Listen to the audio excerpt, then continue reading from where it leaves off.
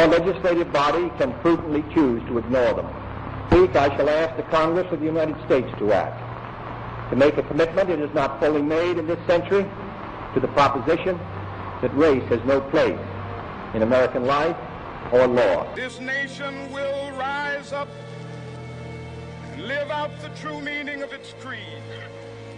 We hold these truths to be self-evident, that all men are created equal. All of God's black men and white men, Jews and Gentiles, Protestants and Catholics will be able to join hands and sing in the words of the old Negro spiritual. Free at last, free at last. Thank God Almighty, we are free at last.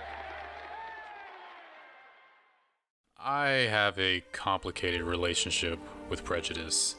As an African American from the South, I've lived the majority of my adult life having experienced it in one way or another, and whether it's not being accepted in certain groups or being judged due to the color of my skin, it's always managed to show face where it is entirely uninvited. I call this relationship complicated because as a therapist, it's my job to see the best in those around me, and it can become incredibly difficult to separate my optimistic outlook on life from the grim reality that's experienced day in and day out. It's why I believe characters like Meruem, the King of the Ants, and Iroh, the Fire Nation, are two of the greatest characters in fiction. Not just because of their moments where they showcase their physical strength, but because of how they represent the concept of prejudice and its cure. Let me explain.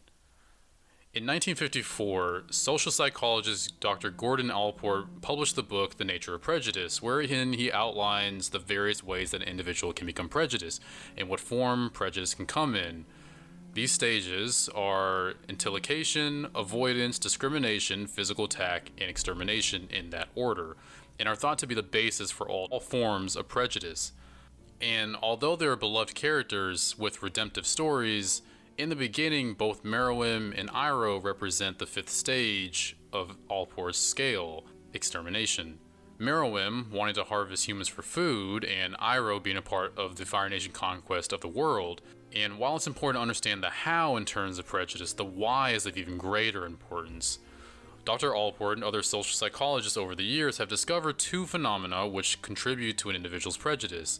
These are the just world phenomenon and the social identity theory, which is commonly referred to as us versus them. The just world phenomenon is a belief that the world is just and people get what they deserve and they deserve what they get. Those who have been victimized are often seen as the reason for the incident. If she wasn't wearing this, if he wasn't a formal criminal, etc. The social identity theory states that an individual as early as 5 years old can identify that they belong to what is referred to as an in-group, and those who are different from them belong to an out-group.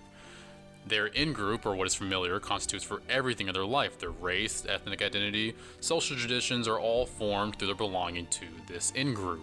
And because each of these contributes to their overall well-being, they understand that everything related to their in-group is good, essentially stating that prejudice can be inherited. This constitutes for Iroh's prejudice back when he was a prince and a general for the Fire Nation. The Fire Nation is my home and is noble, fair, and just. Therefore, my battle and conquest in the name of my nation is noble, fair, and just. Meruem is no different. His belief that humans are idiots and whose only use is that of food is rooted in his belief that ants are superior and that the world exists to serve the king. His status in the Chimera Ant in-group helps fuel his disdain and prejudice. Both characters hold to their prejudice until they are shook to their core, Meruem in the form of Komugi and Iroh after the death of his son Lu-Ten. These experiences give both characters what psychologists call a cognitive shift, and in this sense, both are confronted with their reality and the abhorrent mistakes that they have made along the way. After the death of Lu-Ten, Azula tells Zuko that Iroh left the siege at Ba Sing Se, and it's during this time that Iroh goes on a journey around the world to find enlightenment. Although he's always had a kind and gentle spirit for those around him, this journey is the time when he fully comprehends the importance of culture, and it's when he discovers lightning redirection through the study of waterbenders. Meruem has a similar experience. After losing countless times to Komugi, he recognizes his own hubris and how he was mistaken to believe that the world exists solely for the king, and that there are no people in the world who are more powerful than he. Both individuals encapsulate the idea that the cure for prejudice is not shame or meeting violence with more violence, but rather the cure for prejudice is simply contact and exposure. Thank you so much for watching. If you liked the video, give it a like, go ahead and hit that subscribe button.